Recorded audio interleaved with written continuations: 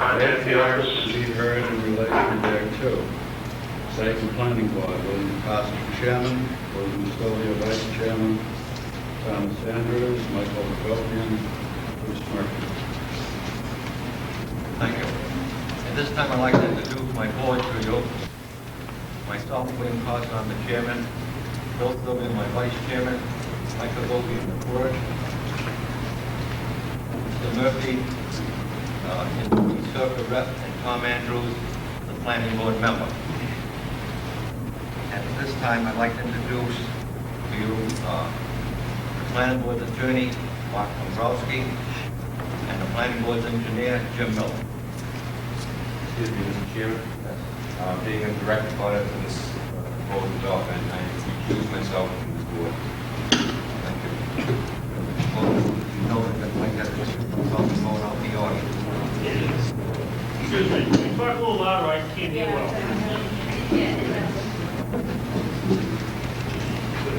I didn't think I was going to have to use this. I thought my voice would go off further. Yeah. Mike just is a direct abutter. So according to the conflict of interest law in Massachusetts, he has to excuse himself from the board. He cannot act as a member of the board on this subdivision, but he can act as a private citizen.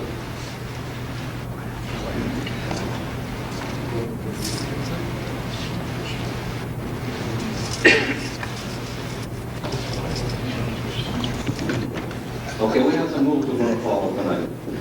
After the developer presents and gives his presentation, anyone that wishes to speak, will you please come up to the microphone over here and give us your name and your address, and then you can have your comments.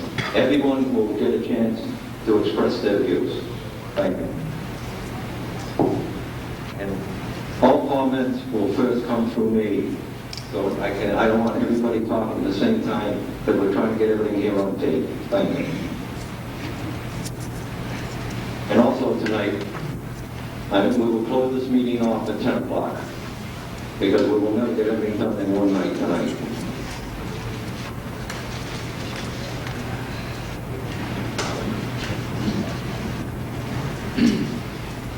The order of presentation tonight will be first the developer, and then second, others in favor, the board's questions, correspondence, our engineer Jim Miller, and others of concerned citizens. Okay, now, developer, could you please come and introduce yourself and fine.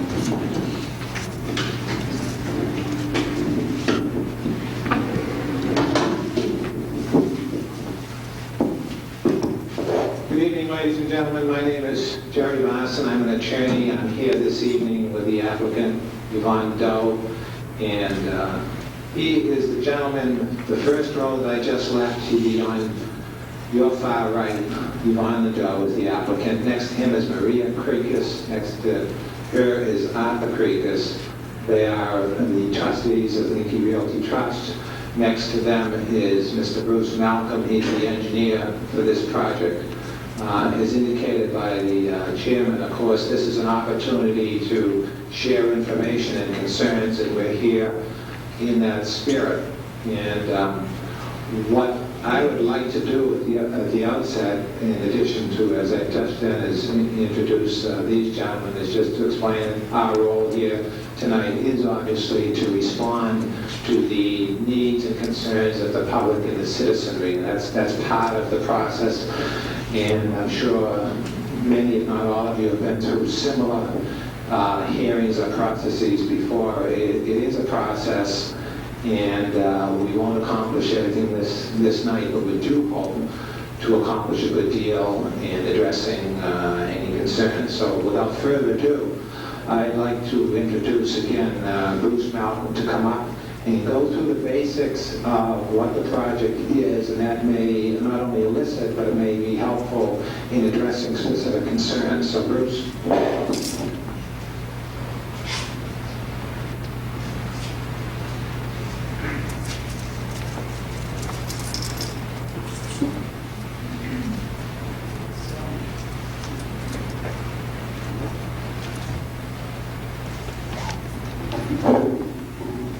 Okay, we're proposing a 141 lot subdivision on Forest Street in Coast Heights. The location is just south of Summer Street, which is here, and opposite Autumn Street and Spring Street. The project, again, consists of 141 house lots with a system of roads with two entrances off of Forest Street. First road is, we have named Forest Hill Drive, is this road that comes in here and ends in a cul-de-sac at this point. The other roads have not been named yet, just for design purposes, we're calling them A, B, and this is road A, road B, C, D, E, F, G, H, and I, just to give them some name. We'll work on it later with the board and the public to name the roads. The basic drainage design is a big hill on the property that's here. There's 3 discharge points for the drainage, one or 4, that's in turn. One at this point on the property, one here, and one here. There's an intermittent stream that crosses through the property, and here there's a discharge from these 2 drainages in. There's a large wetland area to the rear that this water ends up. There are 2 sections of these 2 entrance roads that, because of the contours of the land that goes up the hill fairly rapidly, we have to drain towards the existing drainage system in Forest Street. There is an existing drain in Forest Street that comes down Forest Street now and it exits through here and ends up in this wetland area. Because of the road configuration, actually the impact on Forest Street is there'll be less water going into that drainage system after the construction than before. Because right now, from the crest of the hill, the water goes overland and ends up in this Forest Street drain. Now the water will be intercepted by the roadways, and about 30% of the water will end up going to this detention area here, thus lessening the impact on Forest Street. We are proposing underground detention areas as required in the planning board regulations, so that this area here will be a large underground retention area, and then it'll be finished over on the top, and we can use that property for open space, for playground, or other municipal use, because it won't be an open area that will be dangerous to the public. Again, down here we're doing the same thing. This is a closed retention area that will be covered over and graded. And again, it's going to be used for an open space area for recreation or whatever. There's a third small lot. It's in here. We're dedicated to open space that we can put some sort of park or something. The storage system, we had a proposal that was included in the subdivision plans. It's been before the Sewer Commission, and they denied that particular plan, so we're going to have to make some revisions in that aspect to get approval from the Sewer Commission. But that's something we're going to work on.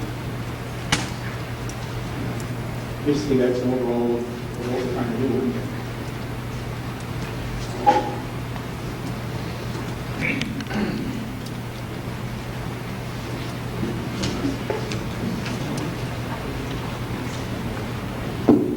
At this time, I will ask, does anyone here have anything favorable to say at this time? Thank you. Now we'll have questions from the board. I have one main question for you. In this area, right here, you do not have the permission from the person who owns that land for you to do this. We have not received it. The greater applicant answer that question. The board has not received it.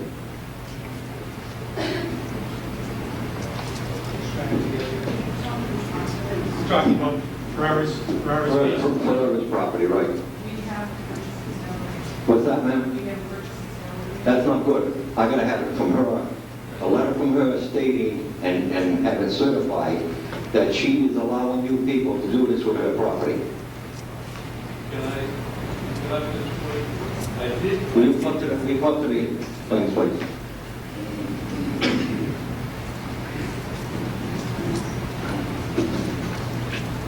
My name is Art Tickis, and I'm one of the developers. We have a purchase of agreement with Mrs. Ferrer. I spoke to her son, and she authorized us through her son to sign on behalf of her. We did sign on behalf of the preliminary subdivision, and the same way we signed on behalf of the definitive subdivision. Recently, he called me and he told me that one of the members of the planning board, I don't know if it was you, Mr. Chairman, spoke to him, and he was advancing a letter to his mother to have her authorize this legally. I suppose through paperwork. You know? So I don't know. He said he talked to you or somebody in the planning board. No, I believe he talked to my secretary. I don't know. He didn't tell me who he talked to. I talked to Mrs. Ferrer, myself, and Florida on it. Yes. And I told her what we needed. Yes. And we have yet to receive it. Okay. I will talk to her son, and maybe through her attorney we can arrange that. Thank you. Chairman?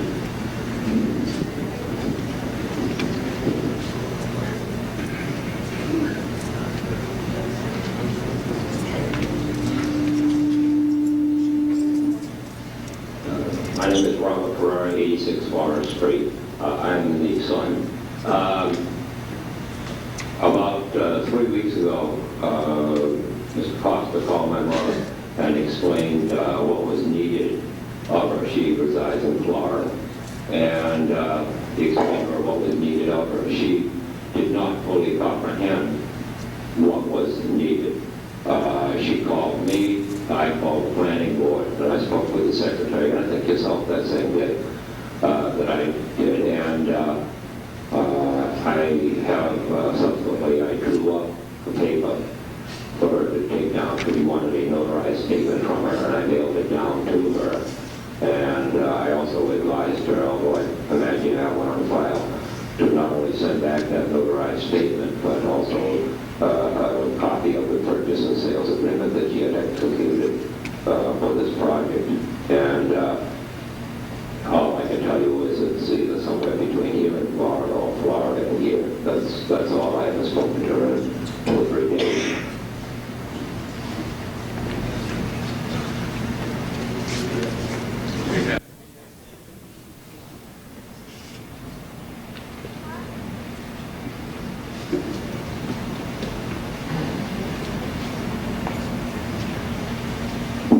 Also, gentlemen, do you have the authorization from DI Trust?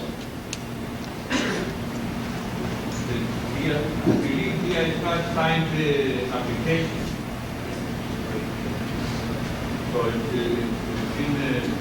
in the application.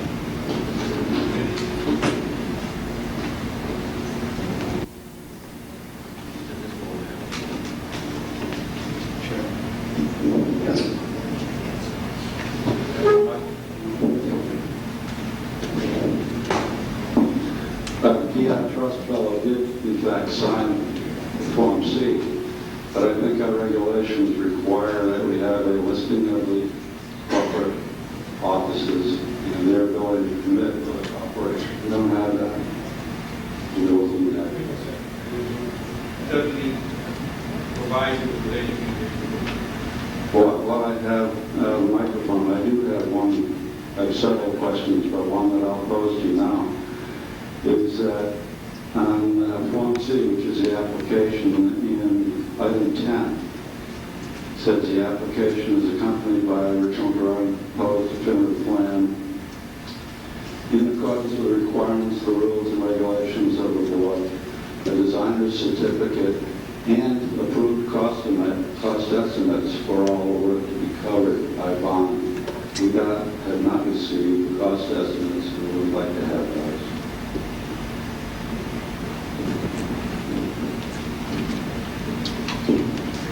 Can I answer this?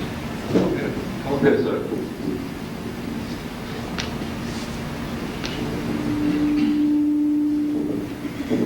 I don't believe that we can give you accurate cost estimates until the plan is closer to the definitive approval.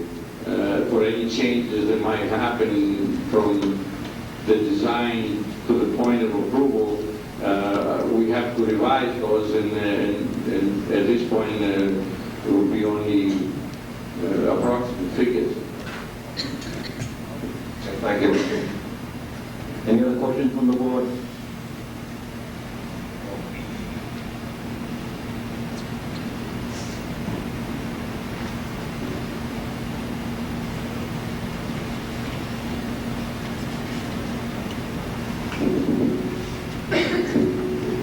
The drainage that you want to drain into that existing wetland area, have you applied to DEP to do so? Not filed a notice of intent yet. Again, we want to get the plan further along so that we're filing a notice of intent with the final drawing rather than going in, trying to put one before the other. We can't hear you.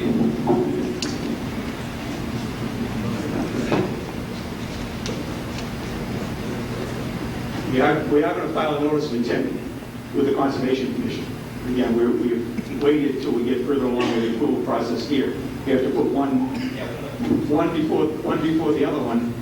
And again, once we know exactly what we're doing here, we'll file a notice of intent with the Conservation Commission and then crawl it into it. Have you met with the Conservation Commission already? We filed a request for determination, and we've had a site walk, and they've reached the wetlands lines. We've not met with them as far as the plan goes. While you're there. Excuse me? While you're there. Yes. The superintendent of streets says that the existing drainage system on Forest Street will not take the additional drainage you want to put into it. How will you address that? Again, I described that briefly in my presentation, but we're actually putting less water into the Forest Street drain than currently goes in there, about 30% less than, and the drainage calculations show that a large portion of this area was draining into Forest Street that we're intercepting with the roads and going down into the wetlands area, so it should improve the system on Forest Street. Again, we haven't proposed to rebuild it, we proposed to clean it, and again, we're going to be having a positive impact on that drainage system. Chairman, may I ask a question? How are you going to improve the drainage system if right now, at this present time, it's out of order? You say less water is coming down. Yes. Is less water coming down today? No. Why? Why? Yeah. Oh, I'm sorry. Thank you. Well, that's why it's up there. Anything else for this gentleman? All right. Thank you. Well, wait a minute, excuse me, sir. Sorry, piecemeal you like this, but Turn it on. It's not turned on. It seems that, among other things, our regulations require that all trees over 10-inch caliper be marked on your plan. I don't see that that has been done. Is there some reason for that? You can't see the forestry trees. It's all forested. I have photographs. The location of those trees would be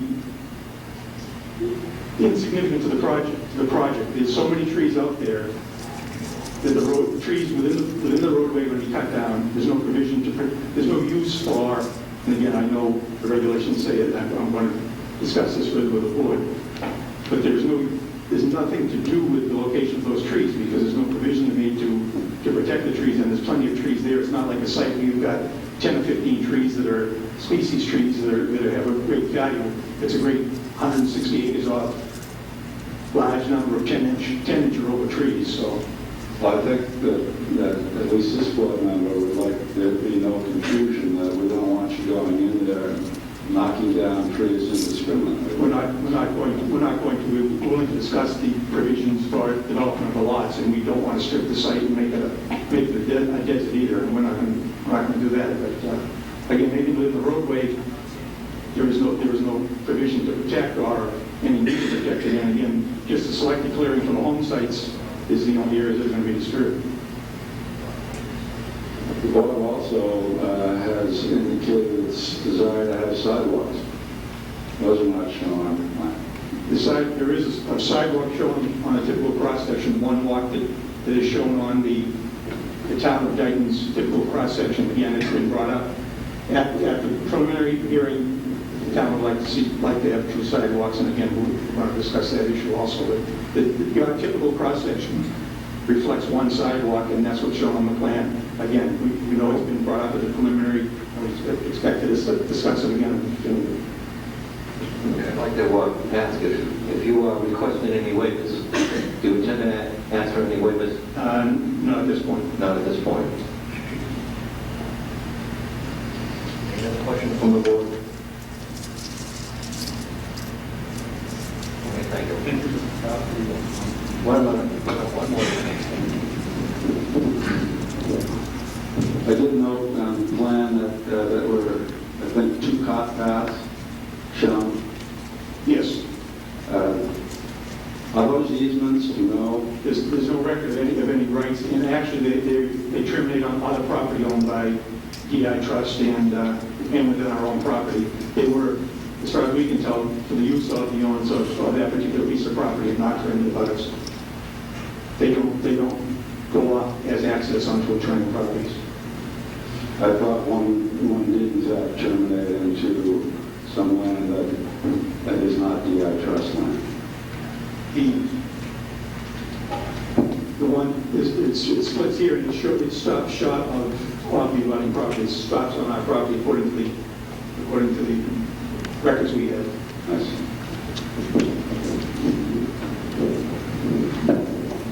Any other questions from the board?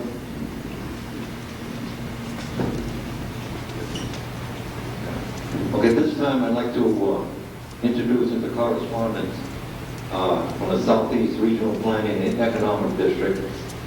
I don't attend to read it all. I have faxed everything to you people, so you have it. So I'd like to incorporate into our records. Could you tell us basically what it says, Mr. Chairman? Excuse me, Mr. Chairman? Yes.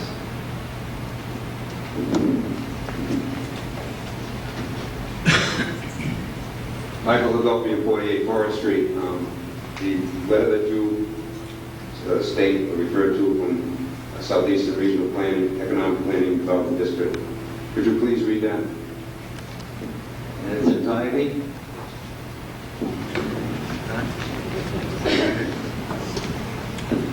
We'll let the attorney read it for me. The letter is dated August 12, 1997. It's to the Dayton Planning Board from Greg Guimond and Bill Napolitano at Southeastern Regional Planning and Economic Development District. Serpent would like to offer the following comments and recommendations to your board to consider on the Forest Hills Estates subdivision plan. Layout, design. A. The proposed plan creates the maximum number of lots with little regard for the natural features of the parcel. Plan fails to provide the location of large trees as required in the regs. I'm not going to read everything, I'll just give you the sum of it. Although the impact study does state the site consists of about 160 acres of woodland. B, in addition, the plan fails to provide a location of the seasonal stream with easements as required by Section 4. C, sewer lines should not be allowed with cross-country easements or parcels, as they will at some time in the future become a long-term maintenance cost for the town and a source of potential problems between property owners. D, the road network fails to provide for the proper projection of streets to adjoining properties. The following properties should be reviewed for possible projection, and there's a list. E, the access easements to other properties and any future connections should be changed to become part of the right-of-way. F, what's to become of parcels I, J, L, and H? There will be grading. They could either be added to the right-of-way or offered to abutting property owners. G, lot lines on the cover sheet do not match the lot lines on sheets 28 and 52. H, frontage information for the following lots, there's a list of about 20, are not on the plan sheets. The information can be interpreted, but the board should require the applicant to put the frontage information on the sheets. I, the following lots are questionable after adding in the setback requirements. There's a list. In addition, lot 56 on sheet 13 should show wetlands, buffers, and setbacks. J, the plan fails to provide notation and locations of monuments in accordance with the rules. We go on to talk about drainage. A, the proposed subsurface drainage system does not meet current Mass Highway best management practices for water quality issues. B, the proposed drainage system on Lot 11 is within 1 foot of existing wetlands. We recommend a 30-foot buffer. C, the applicant needs to address and redesign the drainage system for the first 500 feet of roadway A to avoid having stormwater entering the present system without any detention. D, drainage area on Lot 36 should be moved to Lot 131. E, 4x2 box culvert underneath Road E should be redesigned to either a series of culverts or a bridge. Open space recreation. A, the plan fails to provide suitable parks and open space. There's more on that one, which I'll move on. The roadways. A, the proposed subdivision will add almost 3 miles of new roads, which equals 9.47 acres of impervious surface. This could have a dramatic impact on surface water quality. B, what is the status of the cart paths which run through the property? C, the board may want to consider as part of the redesign 2 different road widths for streets within the project depending on classification. Some are minor, some are larger. D, the board should consider requiring sidewalks on both sides of the streets due to the size of the development. E, the roads need to be named. General comments. A, the subdivision should be broken into phases and reduce the amount of land left in an open space subject to erosion and wind. B, the board should also consider adding a condition to have funds provided by the applicant to the board to be used for a subdivision inspector. And then there's another series of comments headed impact study comments. A, in other towns on the South Shore, with lot sizes of around 1 acre, an acre is cleared as part of the yard, is the applicant proposing to place restrictions to limit the amount of clearing? B, Dayton currently has 4.29% of the state-required 10% affordable housing units, and there's a suggestion that some of these might be affordable. C, a 9.1% increase in the town's population is 8 times the amount the town grew between 1990 and 1995. D, the impact study provides incomplete information on traffic generation. E, the impact study provides incomplete information on trash generation. F, the times construction should be allowed on the site and construction and trucks can drive to the site should be conditioned by the board. Hours of operation sort of thing. And lastly, G, the applicant states the town can expect $324,000 of tax revenue. However, using DHCD numbers, it will cost Dayton $511,000 a year in school costs along with the 3-bedroom houses and $562,000 for 4-bedroom houses. That's the gist of it. Holy shit. Thank you, Attorney Brown.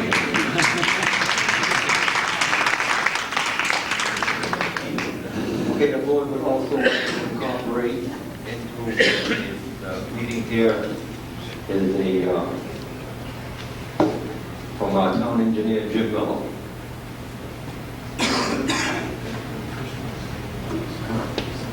Yeah, we have 2.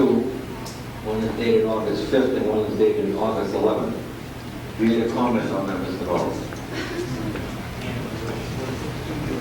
All right, let me do the other correspondence first. I'll have him elaborate on this one a little later.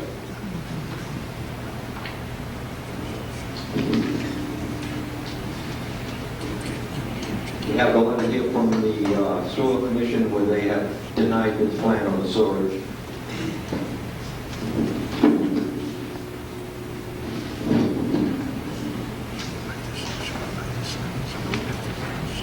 I have a letter here from the Town of Dayton Highway Department, which will be incorporated into the record. What did they say, Mr. Chairman? Just briefly? Just briefly, yeah. I believe it's... Correspondence dated June 24th, to Dayton Planning Board from Paul DeMora, Highway Superintendent, regarding Forest Hills Estates. The following is a list of concerns I have regarding the development. The size of the development would necessitate an added truck for snow removal. In reviewing the plan, I would recommend no cul-de-sac on Lot 47 or at Lot 49. Same for Road F and Road G, no cul-de-sac connect the 2 roads. Reducing the number of cul-de-sacs from 5 to 1. As recommended in 1996, no drainage should be allowed to tie into an existing drainage, any existing drainage on Forest Street. Need a more detailed plan of maximizer chambers, as one provided are not very readable. Please provide safety measures that will be taken at inlets. Also, cleanup provisions are recommended. After acceptance, the highway department will be burdened with hundreds of feet of easements and subsurface drainage. What provisions are being made for future cleaning and maintenance? And lastly, if any part of Forest Street's road surface is disturbed for the installation of a water main, repaving, curb to curb, no patching the surface. Thank you. Have a letter here, a statement here from the Conservation Commission, which will be incorporated into our report. And I have one from the Board of Health, which he has a lot of questions that he wants answered. And I have one from the Fire Department. The Fire Department is July 10th, 1997, which will be incorporated into this report of this planning board hearing. What do you say, Mr. Chairman, please? Gentlemen, I reviewed the above subdivision plans and we find no problems with the layout of house lots or street plans. In the near future, the fire department will be very concerned with the placement of fire hydrants, mains, and house numbers. 9X systems require that house numbers must be approved by the fire chief. The fire department requests that the planning board pay particular attention to the naming of streets and numbering of houses. It would be in the best interest of the town not to use part of an existing street name for any part of the proposed street. For example, Forest Street could be confused with Forest Hill Road. Chase Avenue is often confused with Chase Street. Call me if you have any questions. Jeffrey J. Alley.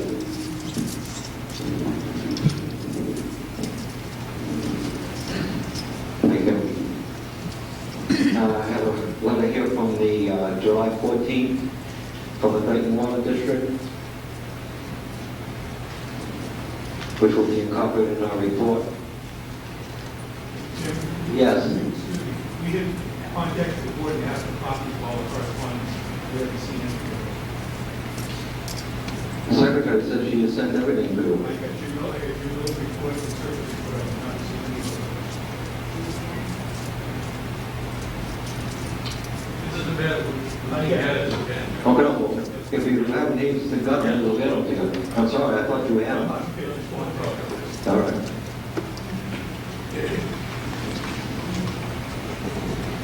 I also have a letter here from the Dayton Police Department from Acting Chief Gary Sanson.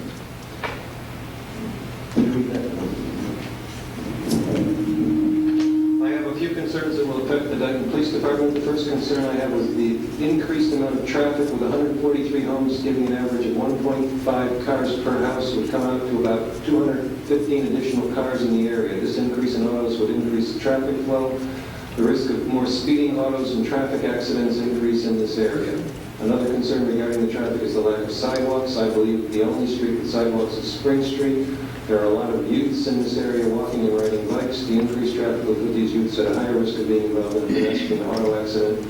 The last concern I have is the Dayton Police Department will have to increase patrols in this area because of increased traffic problems. We would be setting up more radar and traffic enforcement in this area, plus watching and responding to the needs of 143 more homes at Forest Hills Estates. Gary T. Swan, Sampson.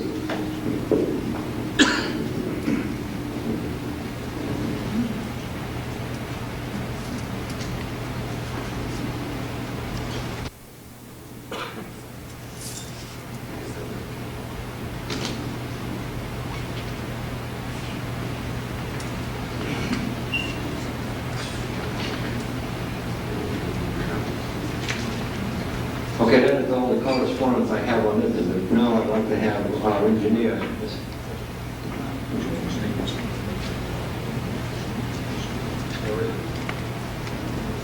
Excuse me just a second, sir. Say I'm missing two correspondence that I'm trying to find. All right.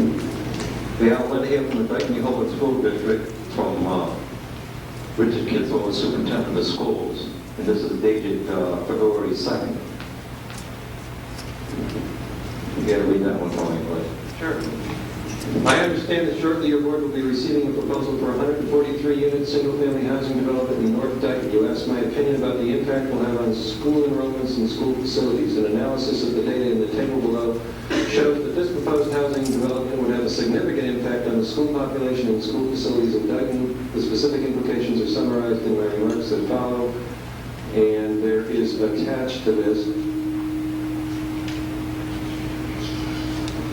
there's a brief analysis of the data, which I'll just give to you. The increase in total population from 1980 to 1995 was, no, that's not relevant to this.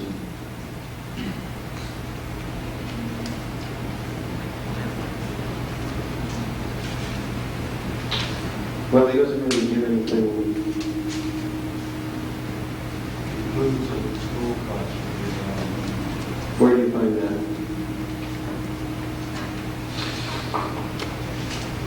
Is that in the elementary and middle school sections, or?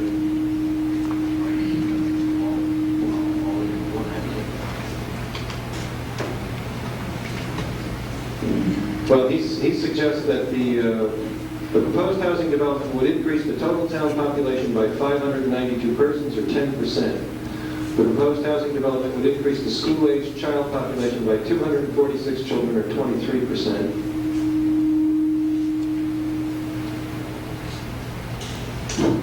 And he suggests that an increase of 246 students in the Dayton school-age population would have a significant impact on school facilities and cost for education at all levels, including the high school.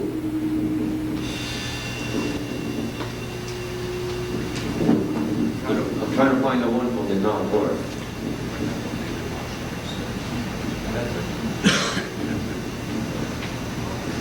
The town clerk, will you read this one, please? To planning board from town clerk, treasurer, collector, read the impact of the proposed development. From the town clerk's point of view, 143 new homes means the yearly processing of 143 new census forms with a potential of over 250 residents and a potential of 100 new dog licenses.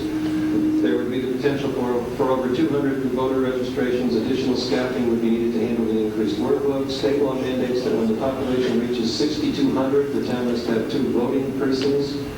This new development would hasten the population growth so that forming 2 precincts would be a reality sooner than anticipated. For this additional precinct, at least 10 more election workers and another police detail officer would be needed. Also, I would need to purchase an additional ballot box, hire workers to set up equipment.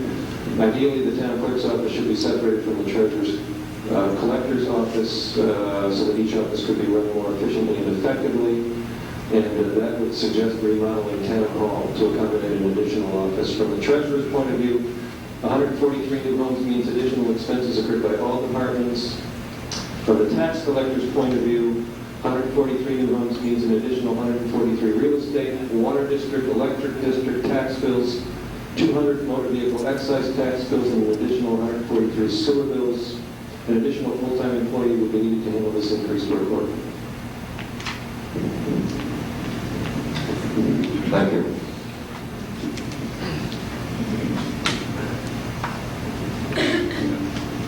All of the documents which have been read into the record here are public in nature, and anyone can get a copy by making a request to the custodian of the record. So for any of you in the audience that would like a copy, you may simply ask at the town hall. Mr. Mullen? Yes.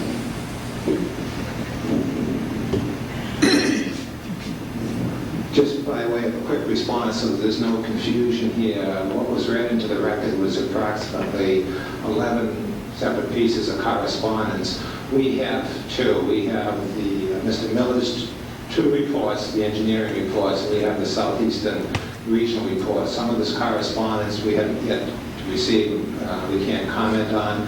Also, with respect to the engineering reports we do have, these are all late arrivals. This is kind of late-breaking stuff, if you will. We have not had opportunity to review independently ourselves, nor dialogue with the board on the specific engineering comments, and I just wanted to point that out. And the only other thing I wanted to bring to attention and make sure it's part of the record is Land Surveys did submit an impact study under the nature of correspondence, which probably should be part of the record. If you would, Mr. Chairman, with your indulgence, I'd like that part of the record. Well, Land Survey Incorporated, they are registered professional land surveyors and engineers. They have given us an impact study.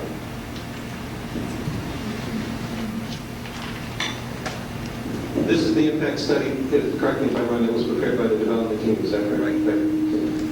We're pleased to submit this impact study. The site consists of about 160 acres of woodland with wetland areas abutting a seasonal stream which runs through the property. It's zoned residential agricultural with a minimum lot size of 35,000 square feet and 175 feet of frontage required. A typical lot is of the minimum size. Single-family home will be constructed on each lot with approximately 45% of the woodland being removed for the construction of the house, driveway, lawn, and landscaped area. Estimated average sale price would be $150,000. While no special provision is being made for town residents, houses of this price should be affordable. The estimated number of additional residents is 4 people per house times 141, 564 total. With current population of 6,151, this represents an increase of 9.1%. Each home will have 2 cars, 5 vehicle round trips per day. That's 10 trips total. With 2 entrances on Forest Street and trips spread over the day, we do not predict additional traffic will be a problem.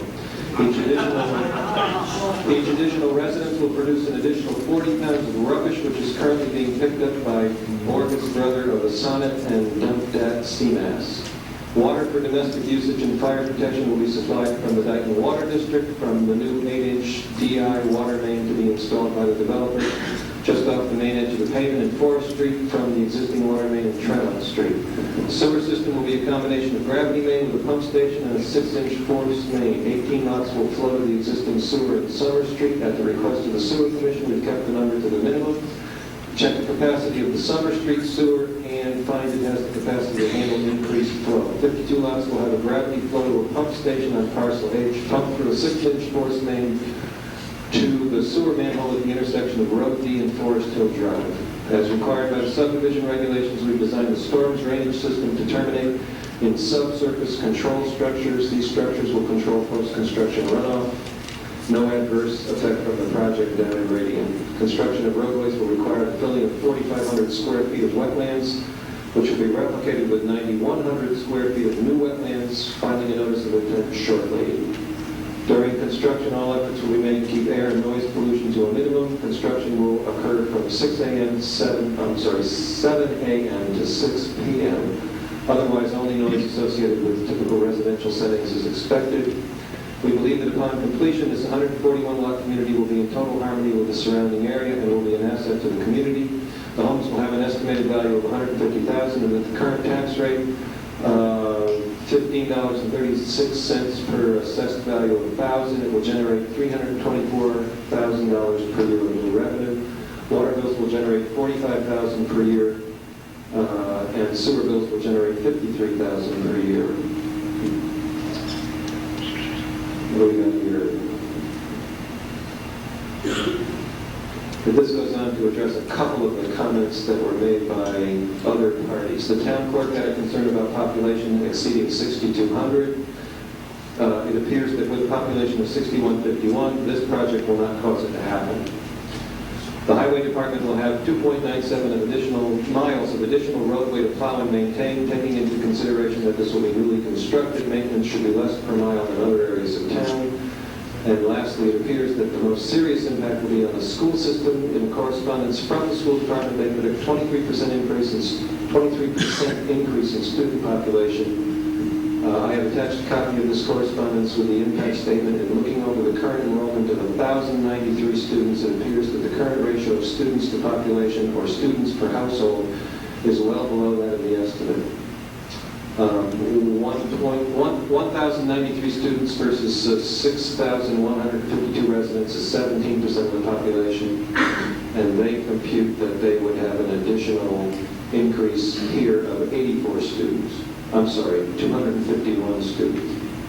And that would be less than the school department's projected increase of 23%. Land Surveys Incorporated, Bruce Melton.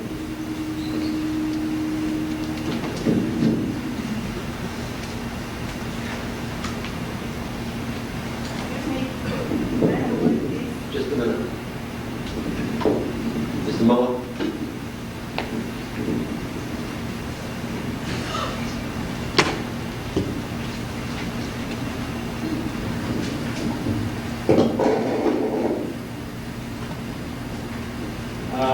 As the chairman said, we submitted 2 reports to the the board.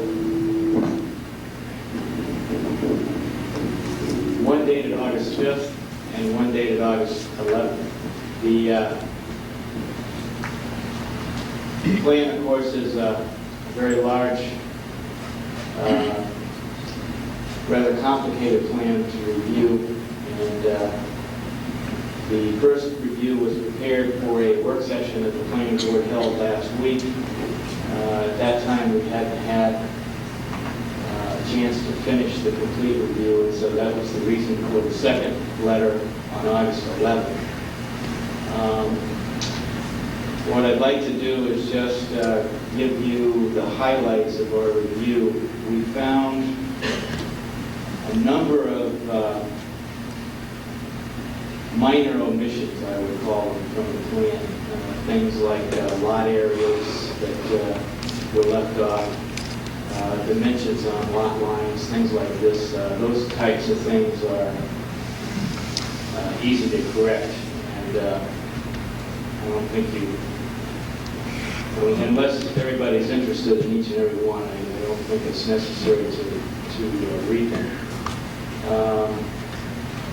Some of the more important things that we found was, number one, there is no 100-foot buffer line.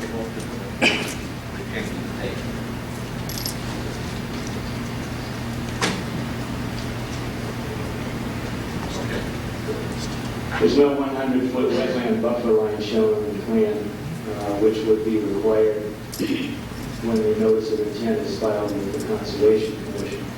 There's also no erosion control shown to protect wetlands. Again, that'll have to be addressed. There was one place where there was a direct discharge of drainage to a wetland that I think was in this area over here. Is that right, Bruce? There isn't one, there's no requirement, there's no discharge. Yeah, we found, I thought we saw a flared end section with some riprap going directly to a wetland.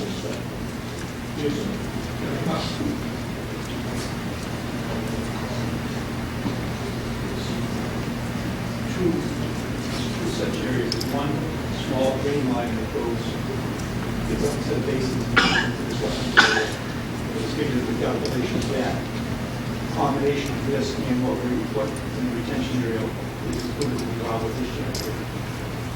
There was one, there's another small one up there that's in the cul-de-sac. It's the same thing. You had to in one here, but this drainage is piped into here, the one in the retention area.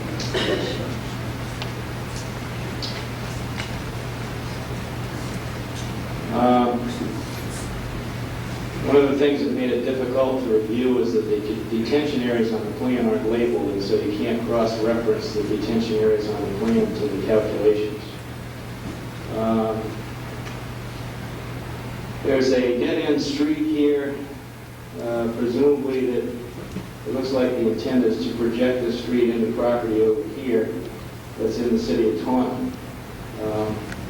We had recommended that at the minimum, a temporary cul-de-sac be constructed there until such time as that street is extended.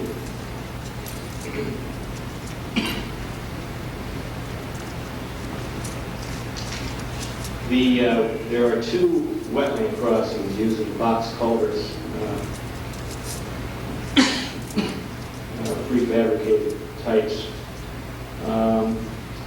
The plan didn't show any invert elevations of the culverts. That's the flow elevation of the water through the culvert.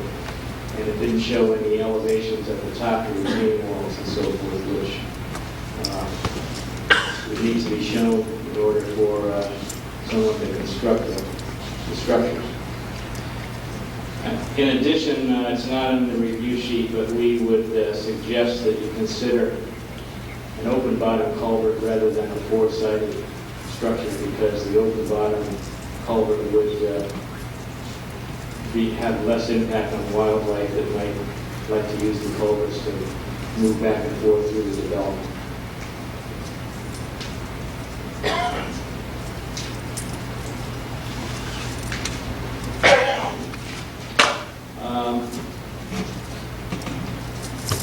there was a location for a sewer lift station on the plan, there were no details shown on the detail sheets of the construction or the depth and so forth of the structure.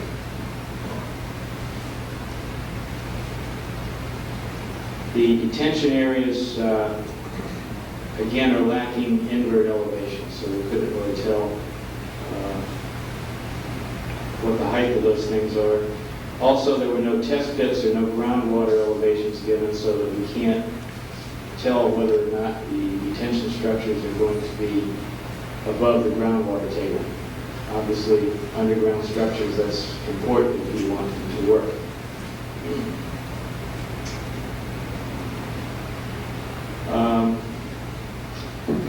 Some of the general comments that we noted, there was a sidewalk, as Mr. Malcolm indicated, shown on the cross-section on the detail sheet, but it wasn't shown on the plan sheet.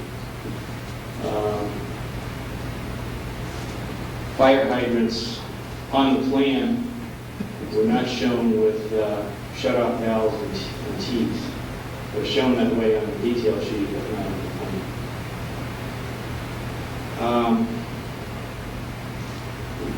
Although the impact statement alluded to the fact that the existing utilities were adequate, we didn't find any information that would verify that.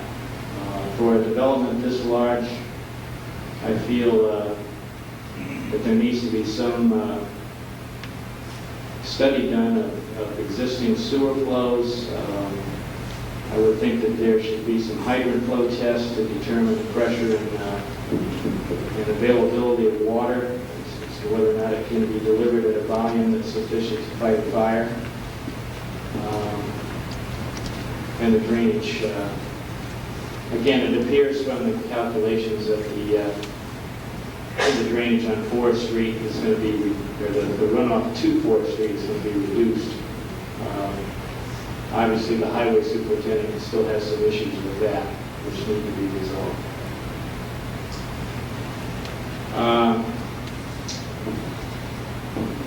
Also, back in February, we had reviewed the preliminary plan and made a couple of recommendations that didn't get shown on this plan.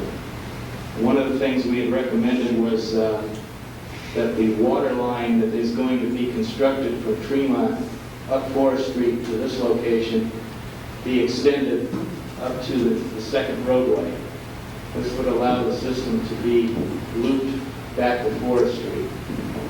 The way it's designed now, as far as I can tell, this is going to be a dead-end system extended from Tremont Street.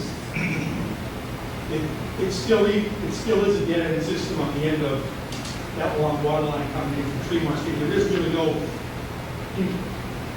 better effect of looping that. When you sit down, we'll discuss it again. It's looping through the system. Just that one, extending up the street, that one extra lane does nothing to the system, really. We can discuss that. Again, without the benefit of discussing it further, my first impression is that from a safety standpoint, it would be better to do that. If you happen to have a problem with the street, if you had to shut the water line down at this point, you'd kill the water in the whole development. Whereas if you had two connections, you could feed most of the development from another direction.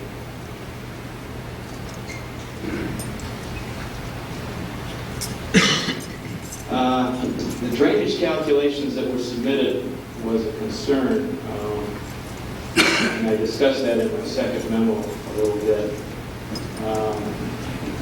Just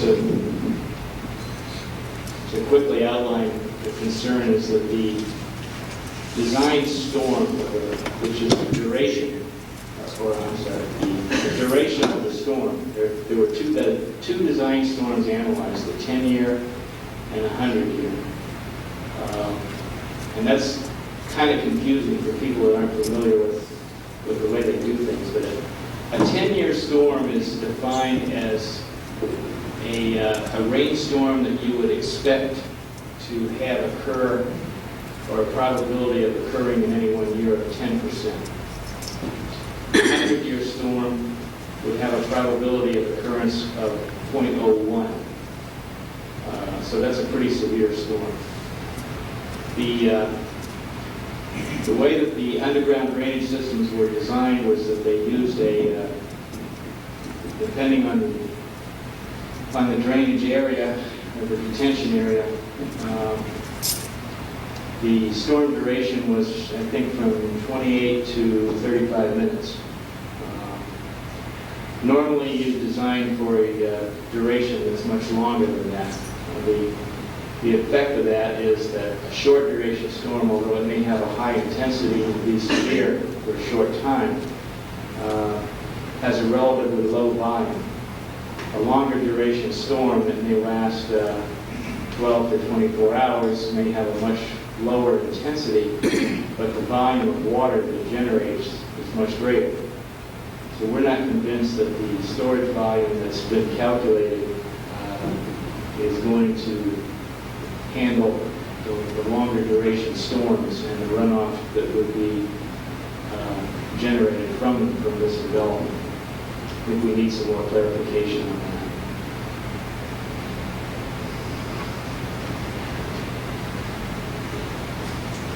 I think that's the highlights of our comments.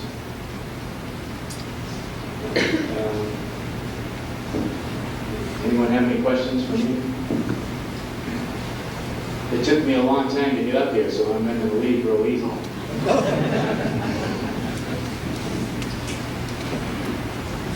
I'm not very concerned with it, and I thought maybe you would have addressed it, and it hasn't been, is that there's been no plan on keeping these units clean. But evidently these units are going to require maintenance. And I didn't know how often something like this would have to be cleaned out so that the drainage bed is not filled with silt and then not work. The design has some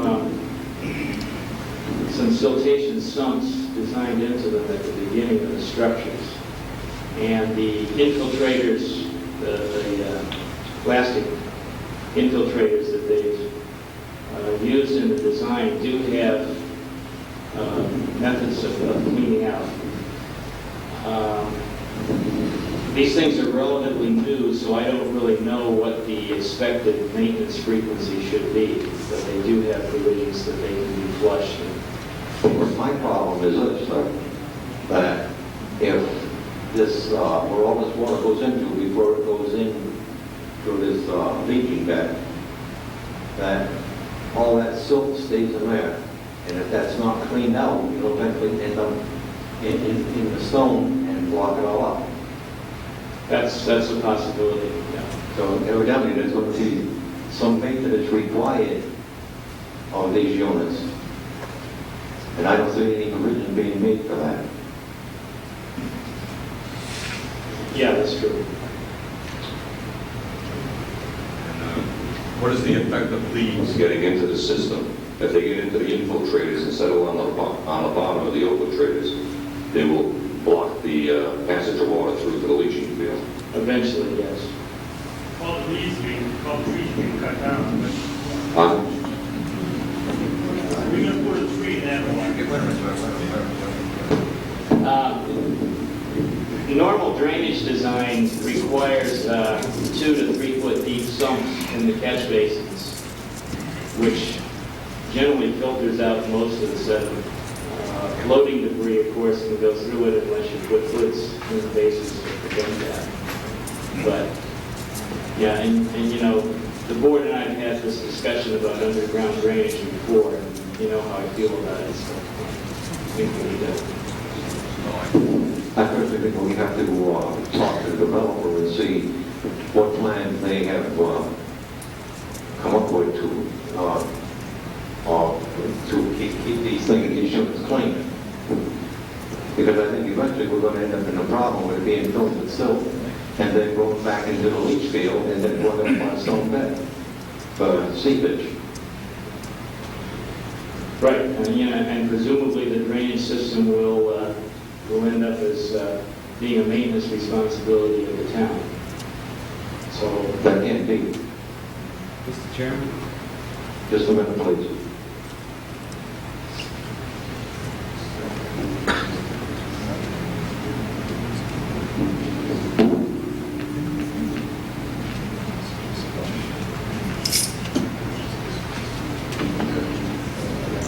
Have you read Serpent's report on this?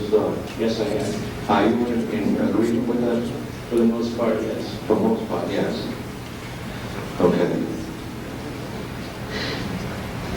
Are you all through with your analyzation? I think so. You think so? Okay. At this time, we will hear from any abutter that would like to say anything. Jay, you wanted to talk? On behalf of Board of Health. Will you come up here to this? Well, I'll do it from the developers. We met with the Board of Health, Board of Selectmen 8-9 months ago. The question of The mic won't, this mic won't pick it up.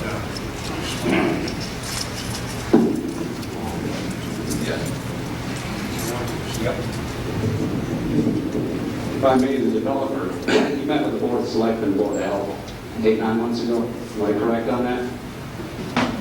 And did we raise the issue about who was going to maintain these gallon systems?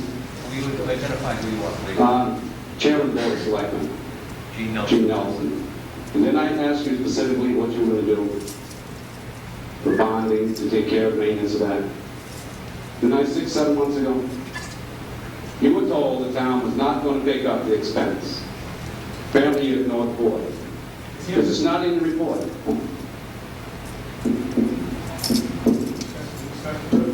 When? After the vote's done? You should have addressed it by now. That's all I want to know. Come talk.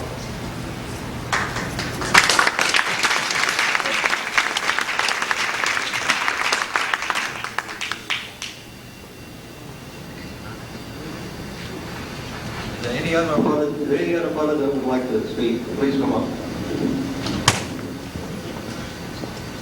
this four or yes. My name is Anthea Hagopian. I'm directly above the adjacent property right here. One of the proposed roads is going in. I'd like to get back to basics here, just for us all to realize that this 143, now 141 house development lot is an absolutely mammoth development for Dayton.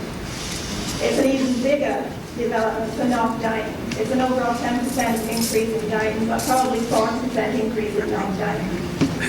I would advise you all, I would like you all to try and get a copy of this Southeastern Regional Planning and Economic Development study that the planning board required and asked for, and it's a really excellent study that will give us some insight as to what we're in for here with this development. I would also like you to get a hold of the developer's Land Surveys Incorporated impact study that was read briefly, which is woefully inadequate. It shows us nothing, it tells us nothing, and I hope you didn't pay for it because you've really been ripped off.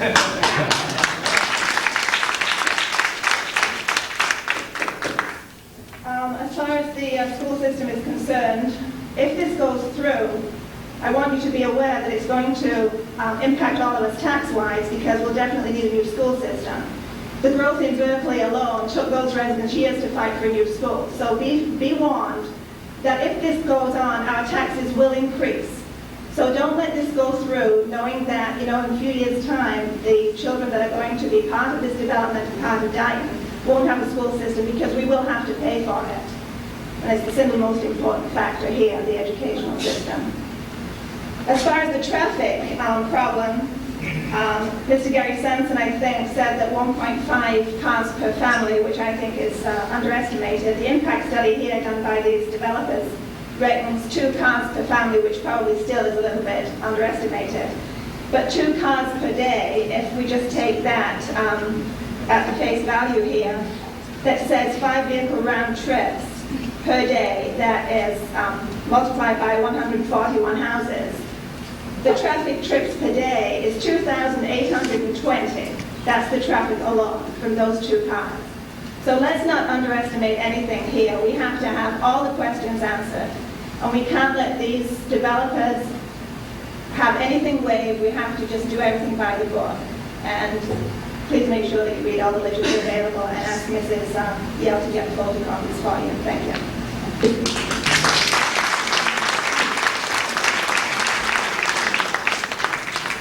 Ladies and gentlemen, at this time, I'd like to have the planning board's attorney explain the legality of this whole conversation that we're having today.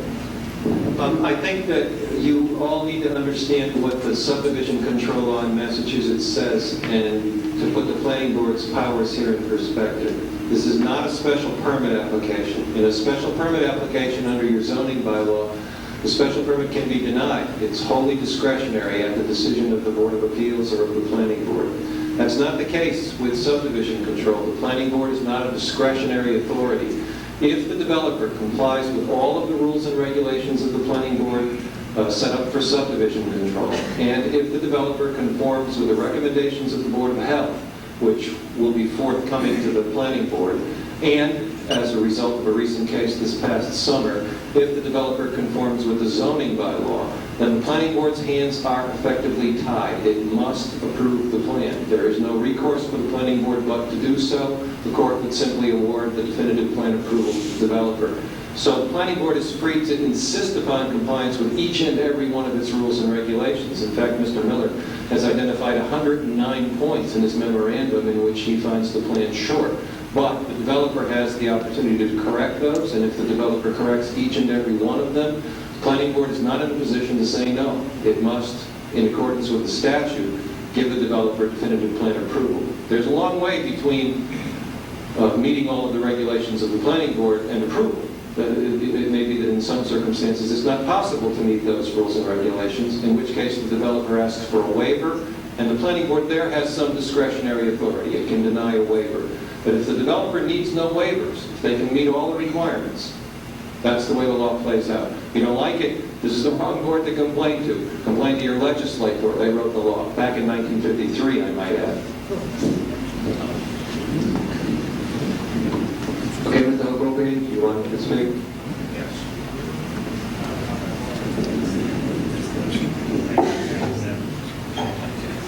Mr. Chairman, Mr. Costa, members of the committee, and citizens of North Dayton and Dayton. My name is Harry Hagopian. My wife's name is Asa Hagopian. We have been residents of this community for 50 years. In the early years, I was on the school committee. And I served on the local committee as well as the Dayton Rehoboth Regional Committee. This is just a little background of my my history. And when we had a major hurricane early on in the 1950s, I think it was, there was a Dayton Disaster Committee, which I was a member of. At that time, the Taunton River overflowed South Dayton practically, and the water came up to 138. And all that property down below, near the water, was damaged. And we on the committee, I can't remember how we got the proceeds, but we distributed amongst those who were injured in that area. I am a retired court reporter for the Superior Court in Bristol County. I am 50 years of age, as I say. I'm not 50. Anyway, I'm walking around. I'm walking around with a brain tumor. I don't have much to go. I'm sure of that. Neither does my wife Asa. She has her problems as well as I do. But I want to say that we, my wife and I, will not see the early part of the 21st century. I'm sure of that. But I think most of you will be. And you will be saddled with the expenses that are involved in this as far as increase in taxes. We won't. We're not concerned. But you should be. And you should give a definite no, a loud voice to prevent this from happening. Now, if Mr. Attorney is threatening us with a possible lawsuit, I think you should go ahead with it. Go ahead with the lawsuit. I don't believe anybody's threatened us with a lawsuit yet, sir. He said if we don't, if the planning board don't approve of it, they can still go ahead on it. I don't know the details, but he said they can still go ahead on it. Will you answer that? If the planning board is presented with a plan that meets all of its rules and regulations, conforms with the recommendations of the Board of Health, and complies with all pertinent zoning requirements as a result of a case this past summer, the planning board has no option but to approve the plan. Obviously, the planning board could vote to deny the plan. The question is whether or not the decision would be sustainable. It wouldn't be under the case law as it now stands.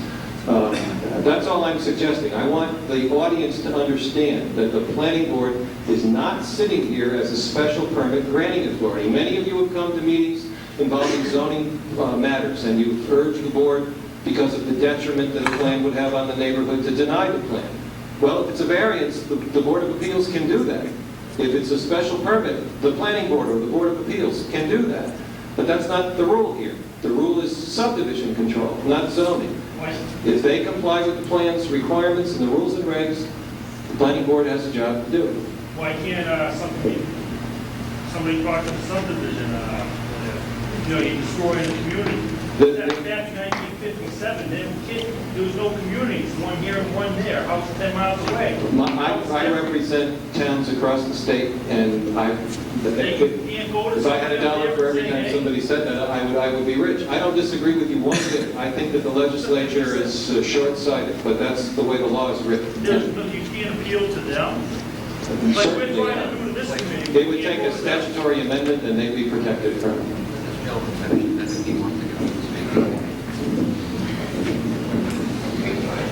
I just want to say in winding up that I am the father-in-law of the previous speaker, Anthony Hagopian. And I reside adjacent to the road, the first road that's going on.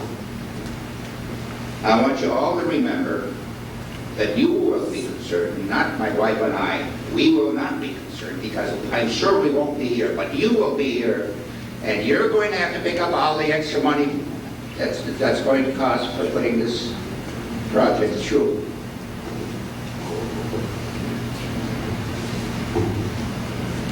$324,000 tax revenue, $511 cost to town for the services that were read by Mr. Costin in each of his letters.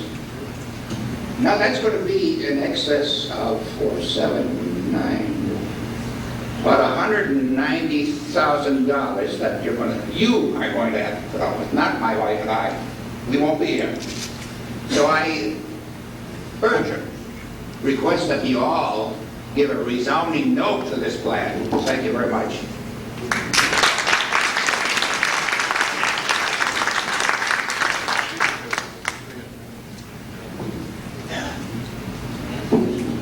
I'm going to have the attorney read the purpose of the subdivision rules and regs, please. Well, this comes right from the statute. The subdivision regs have been enacted for the purpose of protecting safety, convenience, and welfare of the town by regulating laying out and construction of ways in subdivisions, providing access to several lots therein, but which have not become public ways, and ensuring sanitary conditions in subdivisions, and in proper cases, parks and open areas. The powers of the planning board and of the Board of Appeals under these regulations shall be exercised with due regard for adequate access to all of the lots in the subdivisions by ways that will be safe, lessening congestion in such ways and in adjacent public ways, reducing danger to life and limb in the operation of motor vehicles, securing safety in the case of fire, flood, panic, and other emergencies, and ensuring compliance with the applicable zoning bylaws for securing adequate provision of water, sewer, drainage, underground utility service, fire, police, and other similar municipal equipment, street lighting, and other requirements where necessary, and for coordinating the ways in the subdivision with each other and with the public ways of the town and in neighboring subdivisions. That's right out of General Laws, Chapter 41, Section 81M, the statute. Thank you. Does anyone here on the panel would like to speak?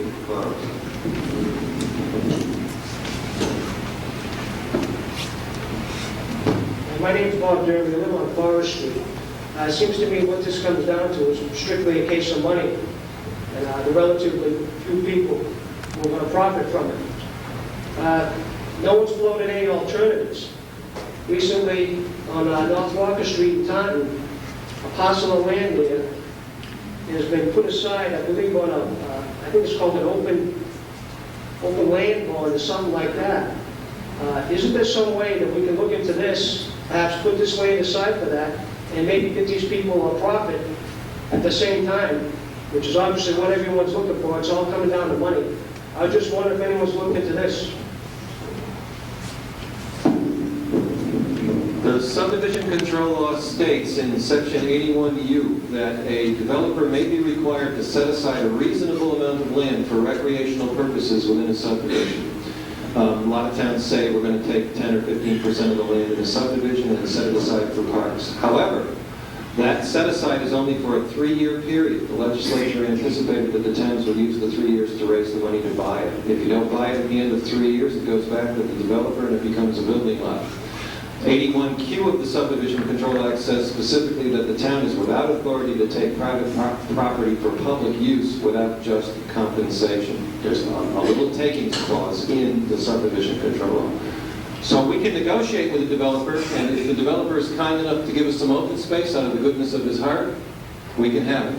If on the other hand we demand it, we're in contradiction with the statute. Maybe there's some type of happy medium. Well, negotiations are a wonderful thing. You can't predict them. So What year was that written? 1953.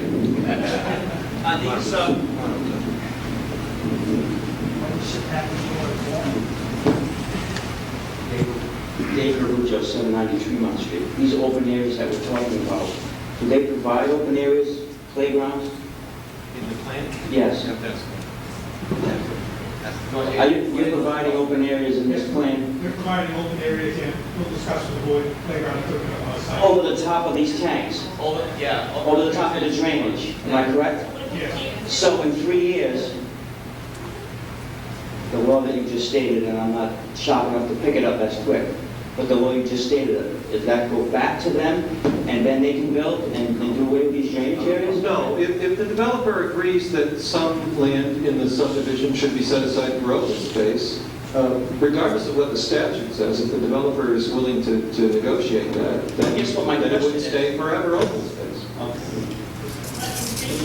This meeting that... No, that's just if the planning board says we want 10% of this for open space and we're going to make you do that. Then we have 3 years. But if this happens very often. If the developer says that they want to give a certain amount of land for open space, and I'm not trying to put words in their mouth, then that would be perpetual. It would be an agreement. No, it would not. If they agree to that. It's contingent upon them making an agreement with us. These open space areas will be given. Because there's drainage underneath. Well, the drainage is one of the small factors. And you wouldn't be able to build a building over the top of it. No, you can't. You wouldn't be able to. They will be given to the town. Thank you very much. This meeting that we're having tonight, is this a board meeting or is this an applicant meeting? No, this is a public hearing to hear the views of the... So this wasn't really called by any particular, it wasn't called by your board, it wasn't called by them, it was a mutual thing? No, it's called by statute. Called by statute. It just seems like there's so many questions unanswered and so many things that we have to discuss at a later date and time where none of these people would be present because they made an effort to come tonight. And I know there's open meetings all the time at the town hall, and I appreciate that the board has been working on this for a long time. But it just seems to me that there should be more definitive answers to all the questions that you have and that they have. You know, understand one thing right now, okay? This meeting will not be closed. This is going to be continued. And it will be on the board at the town hall. We're going to have another hearing, like we're having tonight, to address all the problems that we're having here right now. He's misunderstanding. I'm not misunderstanding. I was just wondering who called. Oh, I understand. I understand. This public hearing will not be closed tonight. I understand totally. Because there's too many problems with it, and they haven't had time to address them, and plus, I didn't realize they didn't have some of the information, which I apologize to you for. But we will see to it that you get it. But there will be another continuance of this public hearing that everybody will be invited back to, and all the problems that we had will be addressed, and then you people will have some more input. Okay? Thank you very much. Anyone else here that would like to speak on this matter? Yes, sir.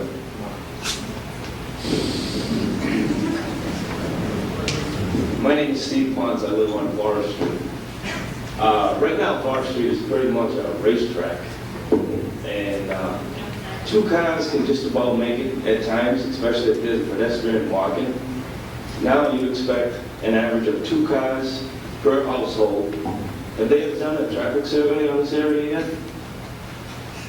Say they Do have. they have an intention to do one? Did you do a traffic survey? Actual traffic survey. Not yet, not yet. You've got one of your entrances here close to an intersection. I would say it's pretty dangerous because these guys come down South Walker Street from Taunton, and there's really not much lead time, you know, somebody that's really looking into here. You know, I don't know. My terminology, but cars do travel pretty fast. I have 2 children. They can't play out in the street there now. Now with the impact of all these houses and all these cars, where's the sidewalks? Yellow Australia?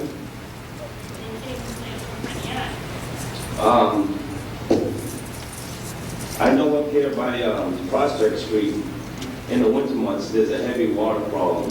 Solid sheets of ice. Personally seen and heard the sanders out there during the cold months. No snow, no nothing, water draining down off the hill from, I believe it's, I won't mention names, but right on Prospect Street.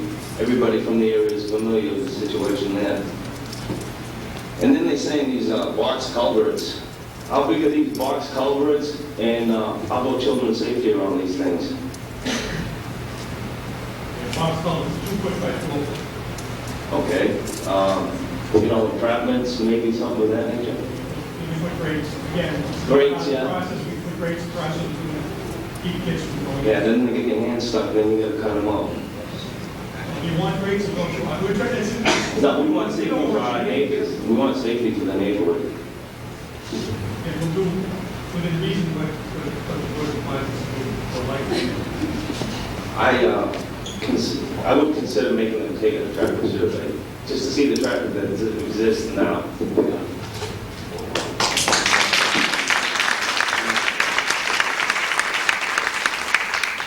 I guarantee you people here tonight that a traffic survey will be done, and a thorough one. Okay? Anybody else has anything they'd like to say? Yes, ma'am, come on up.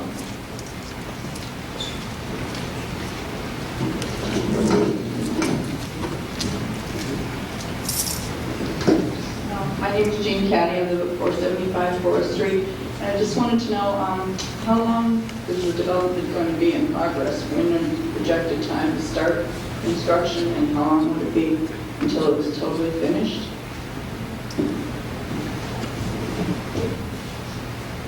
Typically, anything of this size, meaning from the date of approval,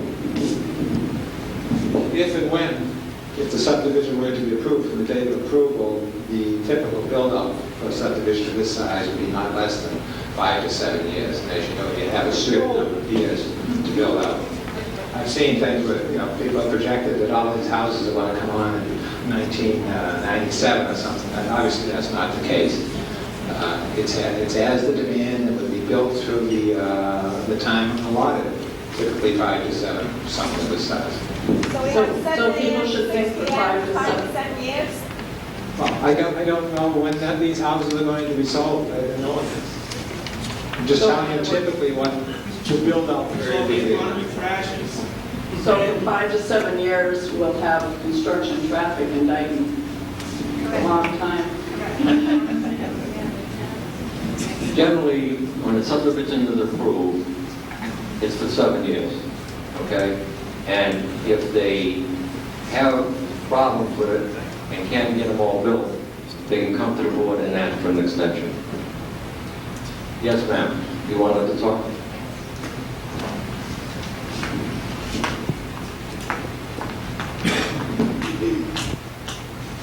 My name is Karen Hoshire, 76 Forest Street.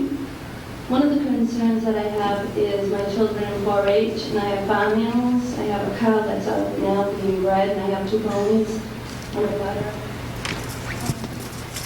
A house down from the roadway. I'm concerned with the construction that will be going on in the back there. Also, when the neighbors move in, the complaints they'll have that the cows move too much or fly. applies as an agricultural zoning, I'm asking the board, what's my right?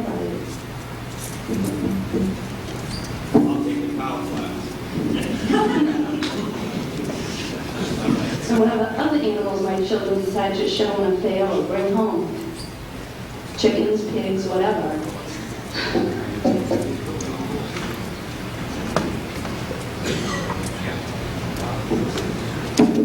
Sorry?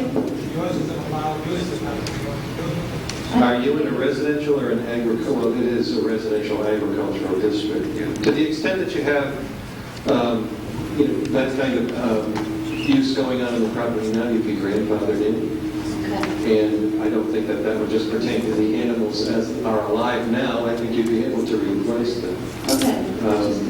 The zoning bylaw in the town is fairly liberal in regard to keeping cows and chickens and things of that sort. So as long as that didn't change, you wouldn't have a problem. Okay. Anyone else like to say anything? Just a minute, ma'am. After him, okay?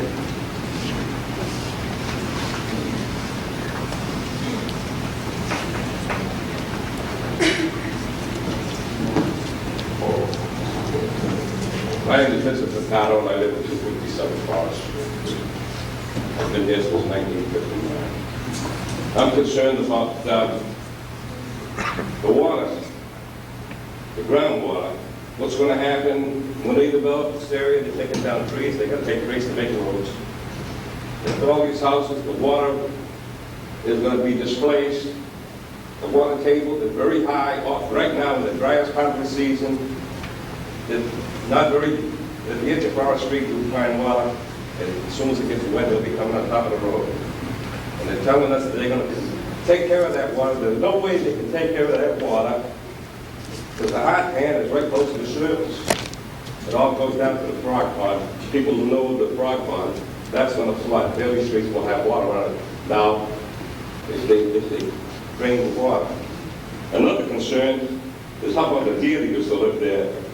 The skunks, all the wildlife with displacing them. Nobody asked them to take care of the land. You know, animals have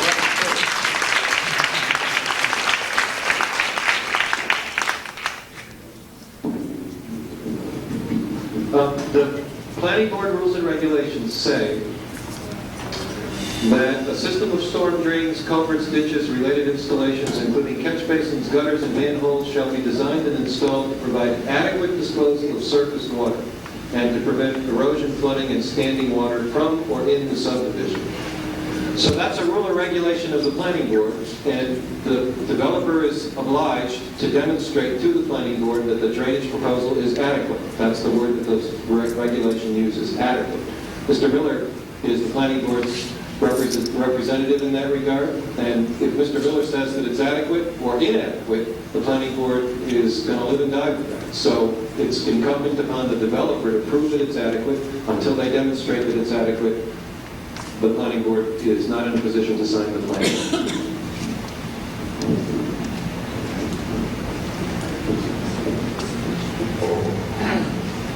They have a hydraulic engineer that's going to prove to me that he can, to me, for the whole town, that they can say that they can handle this water. Prove it to me what they're going to do. The water flows east, southeast. When the rain comes and the snow comes, it runs north, northwest. What's under there is what we're going to be concerned about, not the top flow water. Top flow water has nothing to do with it. But we're going to, I want to have the answers. I'm not a hydrologist, but I've hunted through that land. I know what the land is like. Our planning board engineer will have them answers for you. Thank you. When we come back. The young lady right there.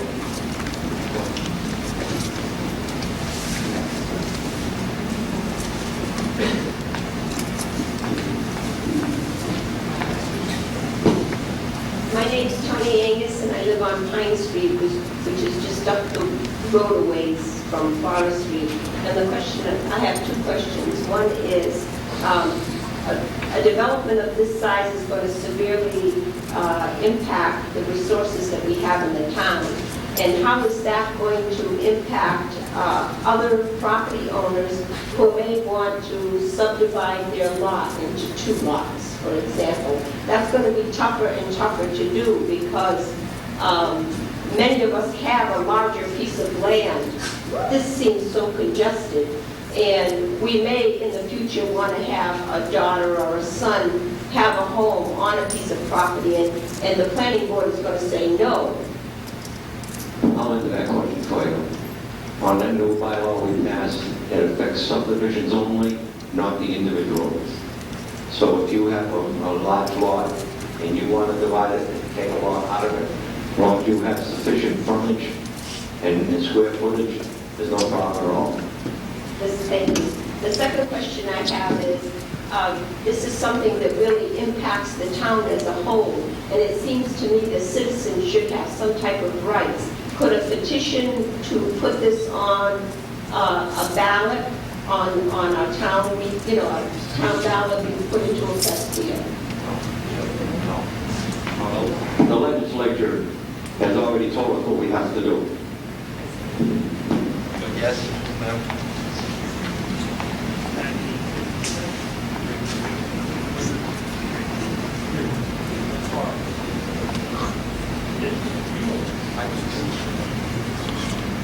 Cheryl Dutra at Wellington Street.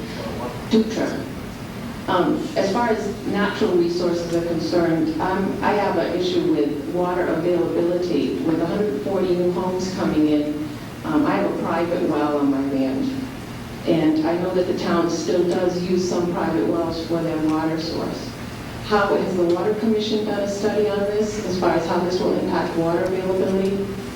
Yeah, we got a report back from the water department, which they said they'd have no problem supplying water to this subdivision at all. As a matter of fact, they say we have a surplus of water. Okay, but there is also an issue with the purity of the water as far as what runoff from the rain, from what I've heard from other people who've come up before me. Right. So the Water Commission has addressed that as well. Not yet. But they will. They will.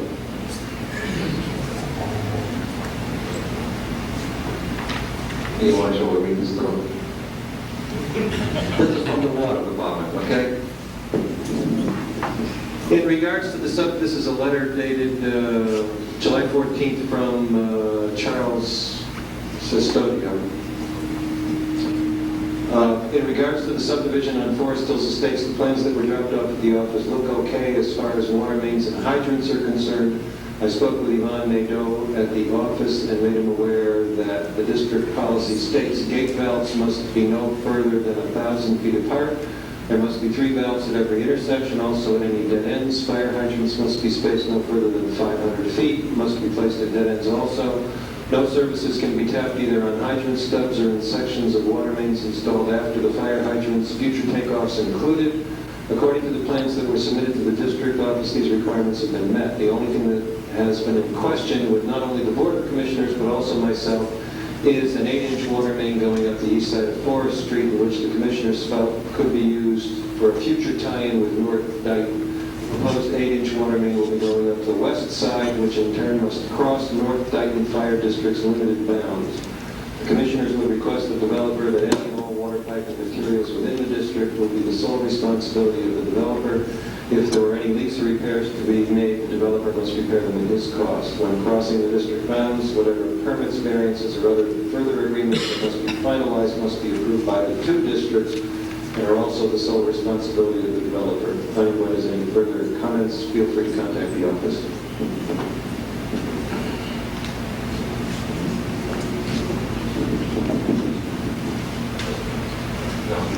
Yes, ma'am. Huh? Yeah, that's what he told me, but it isn't an act. It's not an act. That's what he told me. That's 2 different districts. They said they have to get the necessary permits in order to cross it. Because one's the North Dayton Fire District, one's the Dayton Water District. Anyone else wish to speak? Yes, sir.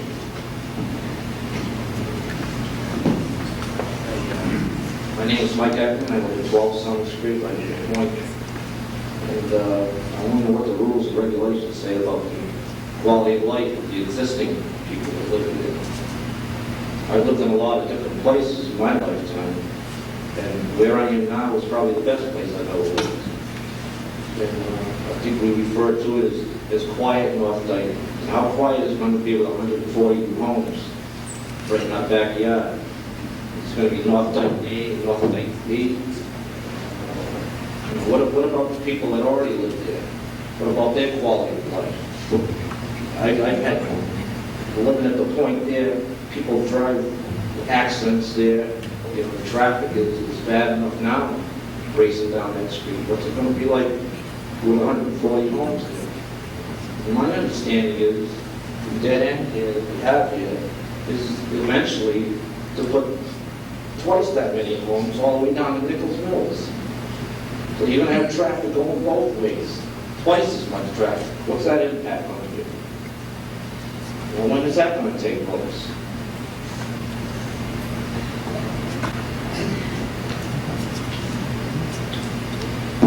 You care to make any comments on? No.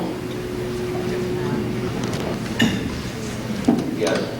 Can you tell us some of the rules and regulations that you have asked the developers, like, are they going to be bonded? Well, they're going to be bonded. In case something, God forbid, should happen to them. That is the requirement. Sidewalks, you know, those types of things. Could you enlighten us on some of those things that you've been working on all these months? We have already, when we had a preliminary plan, okay, we made some recommendations that they incorporate into it. Some of them they did, some of them they didn't, which we have to go back over with them. One of them was sidewalks on both sides because of the big congestion in the area.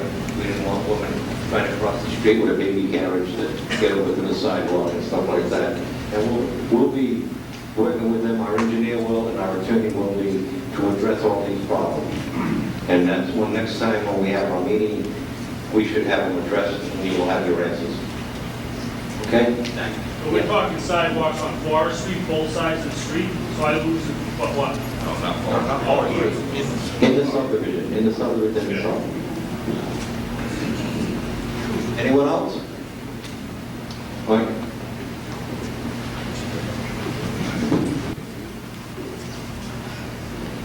Mike Gopi on Wall Street. I believe the developers have been in the process, our application process regarding preliminary plans, definitive plans for approximately 2 years now, give or take a few months. They've gotten a lot of insight as to how the town feels about this and input as to what their plans should include. They talked to the sewer commission. The sewer commission has told them what they expect them to do. They talked to a number of boards. There's someone else, the water department, the Board of Selectmen, Conservation. They've included cross-country easements, which they have been asked not to include, yet they are still on the plans. And may I just again say, these plans have been in the process for over 2 years. Speak of late breaking, tonight we hear, well, we will do that, or we're going to address that, but this is the public hearing. It's not 6 months. I don't understand why the easements have not been taken off the plan, and that the sewer and the water, not just the sewer, but the water also, be run over the roadway instead of cross-country, yet they're still cross-country. I would think that, you know, coming to a public hearing like this, they would be prepared. They've had our work for a long time.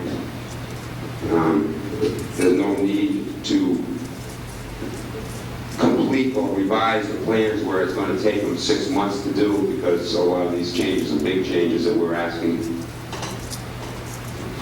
Peter, you are talking as a private citizen right now. Yes. Thank you. Yes, I am. we as the citizens of the town.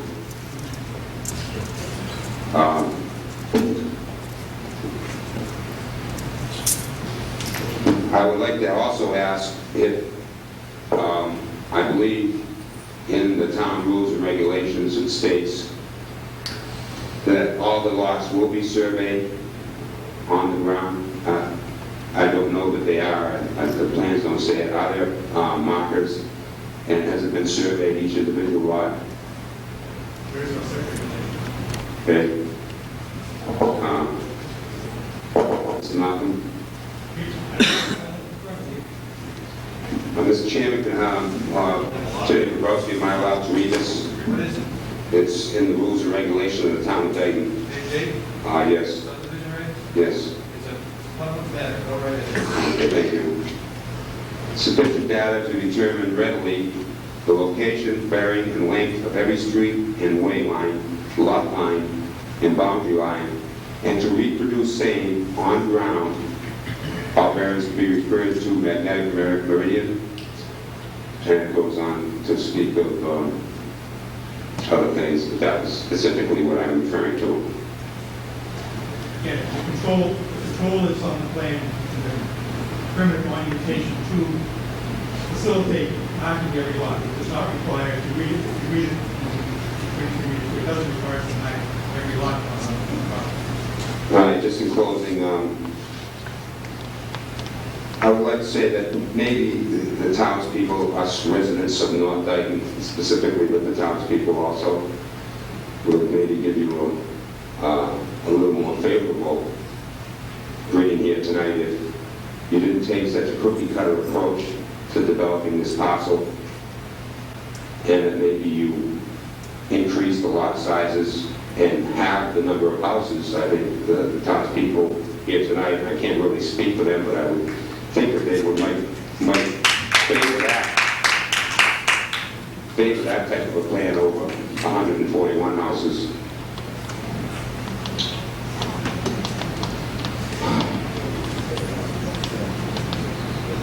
And I'd like to say something else, Attorney Bobrowski, if I may. I cannot. Yeah, I know. Citizen here, Mike, just like everyone. I'm a citizen, but I have access to some information here that some of these people might not. And it is all public record. It is all a matter of public record. Well, the developer did state that they would do things for the town or do things for us residents that we might be asking within reason. I formally request that. Well, let's start over again. I have great and the utmost respect for the board, planning board. You don't realize how difficult it is to meet on any issue 4, 5, 6 times a month when you only required to meet twice a month. But I'm starting to talk like my father here tonight. But I believe the key document in the Town of Dayton subdivision rules and regulations is Form C, which is an application for approval of definitive plan. And at the very end of that, on there's 2 pages, 3 pages of it, it does say that the owners will sign the application. It does not say they will. It says they must. And I don't believe all the owners have signed that Form C, and I respectfully request that the planning board deny this application and ask the developer to resubmit with all correct and pertinent information at that time, instead of asking us to come back over and over again to review their changes. Thank you.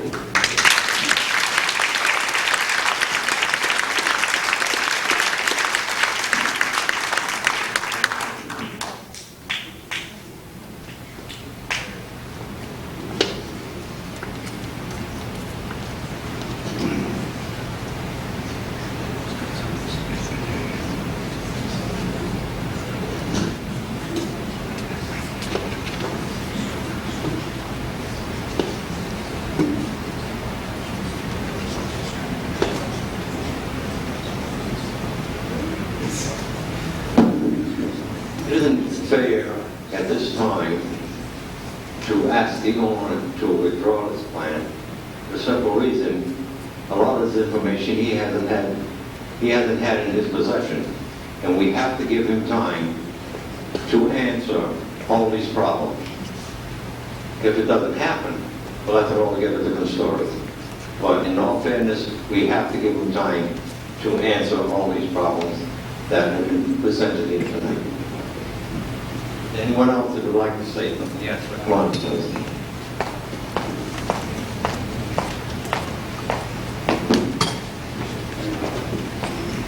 Hi, I'm Norm Corsi from 95 Forest Street. One of the things I noticed as we were going through this, there wasn't an impact study presented on the environmental effects on the development. Is that true? That hasn't been submitted yet to the Conservation Commission? And the notice of intent filed with the conservation. Would that be a very important part of this whole thing?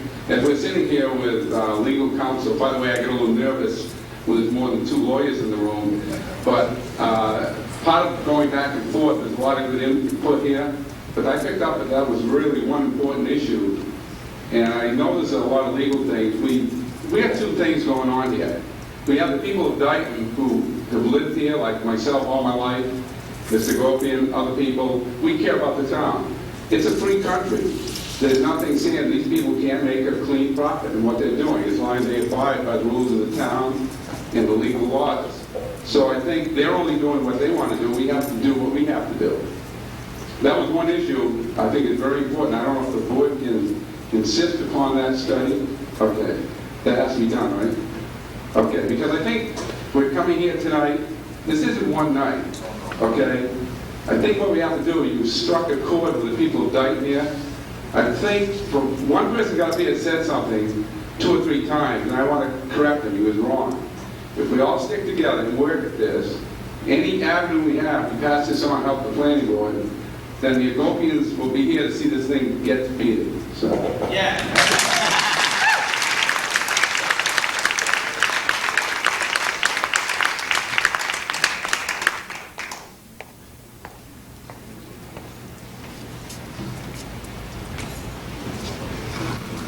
People want to remember, we have to go through all these other boards and get the input from all these other boards.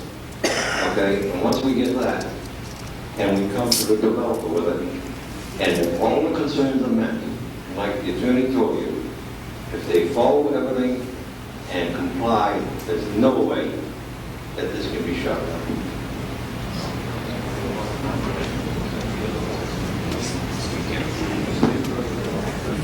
Like you take it, the sewer department says, no way, then we can't approve the plan. Board of Health, we can't approve it. So we have to have the cooperation of all boards. Irrespective of that, wouldn't a resounding no from the group here give you any consensus now? It gives us a consensus, but we also have the law to go by. 1952. Well, regardless, 53, regardless, it's still the law and we have to follow it. Anyone else wish to speak? No one? Yes, sir.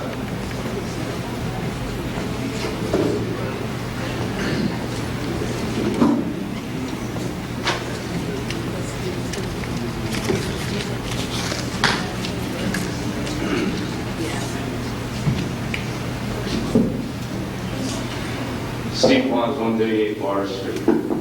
Looking at these prints shows me there's a lot of houses back here, okay? And I'm not an engineer or anything, but there's a lot of wetlands. I've gone to walk these woods numerous times. I've come out lost up on, I shouldn't be saying that, but out on Tremont Street, okay? But I was lost up to my waist in swamp. And there's no way, I don't care what anybody says, that you can build houses on top of swamps. I mean, literally, these are swamps. And I don't know, they were saying certain times of the year water flows different, but maybe you can help me out on what time of the year was the water flowing different down here and where the water is higher in certain times of the year and lower? We had a botanist. We hired a botanist to flag the limits of all the wetland areas, and the conservation has reviewed them, has walked in the field. Mr. Digits, myself, had walked the lines, and our improvement. Lines, you didn't walk in between the lines though, right? We walked the flag lines. Or in between every line? We walked the limits of the wetlands, bordering vegetated wetlands that border that intermittent stream that goes through there. And the Titan Conservation Commission has issued a determination that they are in agreement with the boundaries that we show. They're on the topographic sheets. Like these green things are...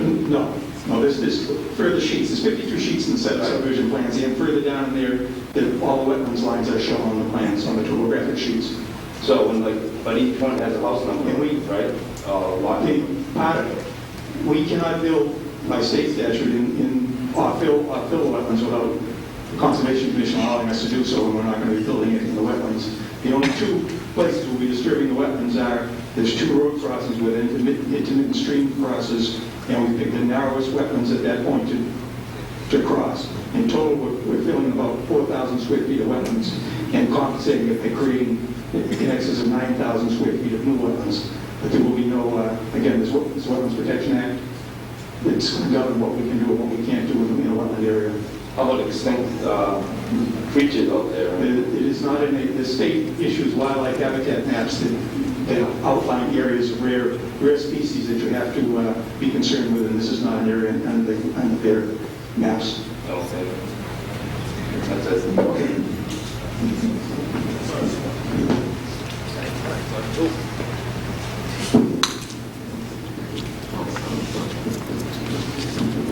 Does anyone else have anything you'd like to say? There's a gentleman way back there who hasn't had a chance to speak.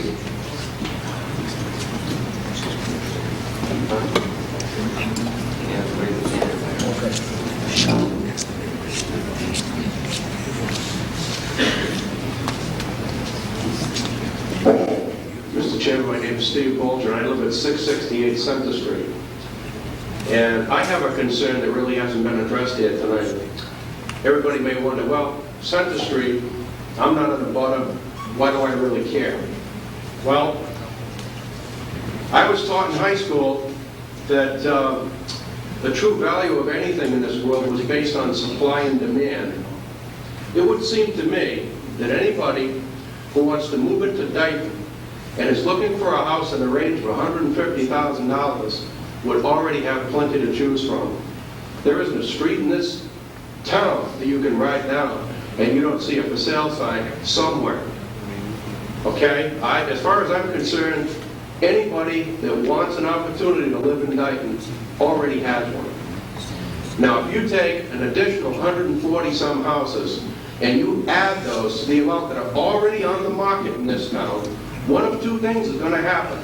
The first thing is, his houses are going to sell, and the people who already have their homes for sale will not be able to move theirs.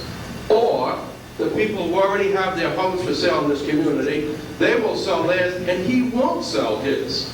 I don't see where there's the demand for 143 more houses in this town. If you went and you rode up and down the streets and you could not find any available housing in Dayton, then he would have a case. But I don't see where that case is. Is there going to be any kind of a study to determine what's going to happen to the average property value of a typical $150,000 home in Dayton as a result of him adding this to the available property out there in the real estate market? Can you address that?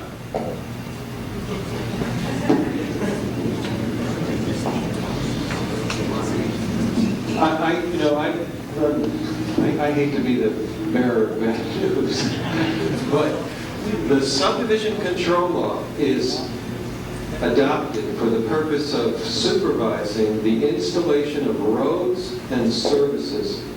That's what the legislature wrote it for. It did not write it for protection of property values. It did not write it for the protection of animals in the parcel that might be displaced as a result of construction.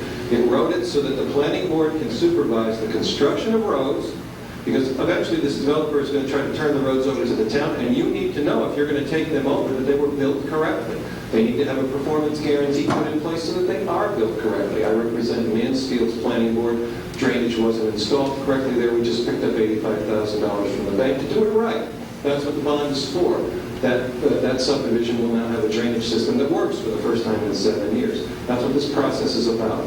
It's unfortunately, and again, the bearer of bad news here, is not about protection of property values. That's a zoning issue, but it's not a subdivision issue. This is not a zoning proceeding. This is a subdivision proceeding.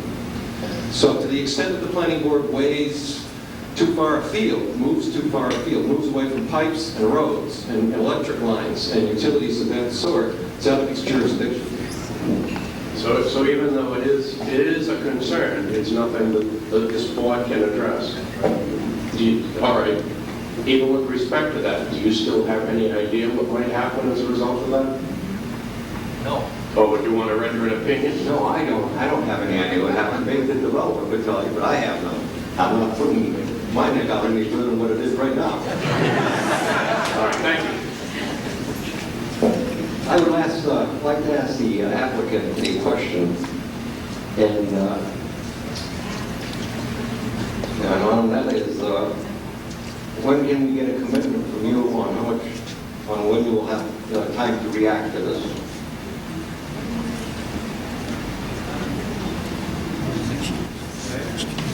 I have an appointment this week with your engineer to discuss the issues. I think if you reschedule a public hearing in a month, it would be a reasonable period of time. In a month? Yes.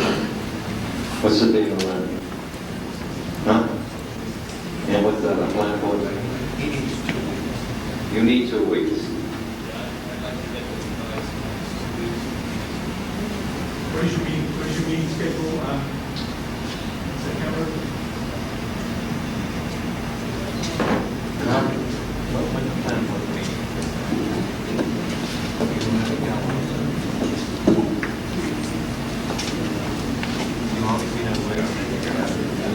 See, I have a problem because September 15th, my 90 days is gone.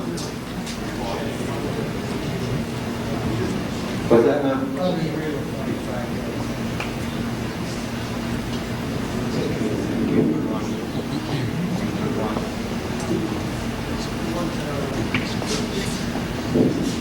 The chairman has pointed out that with time constraints, meeting with the engineer, rescheduling another public hearing, etc., we will need additional time because of the September 15th deadline. On behalf of the applicant, I suggested to the board that we agree to a 45-day extension beyond the September 15th to give adequate time to continue this process. Could I also have that in writing, sir? Yes, please. Yes, ma'am.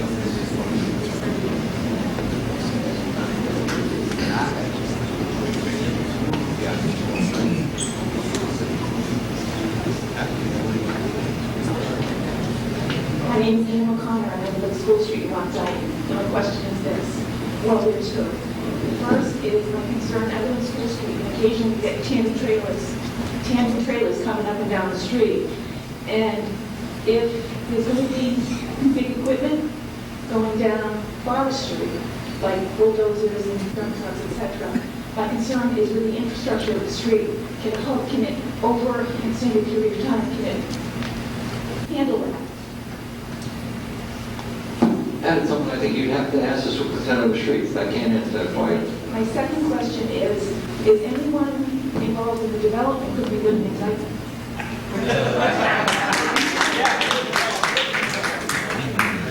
Can you answer that, please? I live in Brockton. I intend to stay there. I'm not aware of it. Well, what I'm asking is, I'm asking you to be part of the solution in terms of helping us with our tax base, if you're going to be building this. I'm very nervous.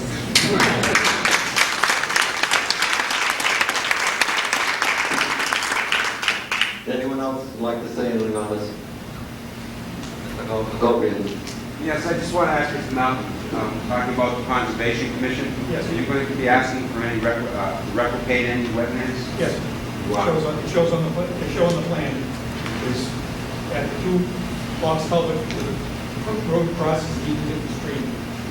Proposed filling about 4,500 square feet. On the topographic sheets, 9,100 square foot replication area. that's what we build the houses on top of the swamp, right?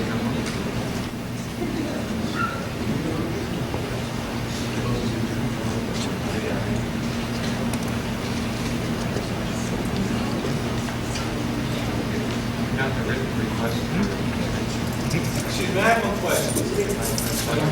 Another one. Just throw it on next to it, thank you. Then we'll just vote it. We'll be done, we'll vote it. Somebody had a question out there? Yeah, I can, everybody knows me by now, man. I don't know up there. Say if they cause damage 2 years down the road from the people that live on Forest Street, say if this water damage comes to our cellars, what happens with that? Town gonna pick up the tab on us, or are they gonna help us out, or what are they gonna do? Financial loans? And I'm curious. Or say if they left us high and dry with unpaved roads and It can't happen. even though they're bonded, right? That won't happen. They file bankruptcy or. Well, the statute says that the developer must provide security to the board. And believe me, the board will get adequate security for the installation of all pavement, all drainage, all wires, all pipes. Does that have to be done before they build their first house? That will be done before the planning board. Finished, total, not just lined up. That will be done before the planning board signs the plan. We will not sign the plan until we have the security. They have to put all utilities in, binder. No, they have to guarantee that the utilities will be put in.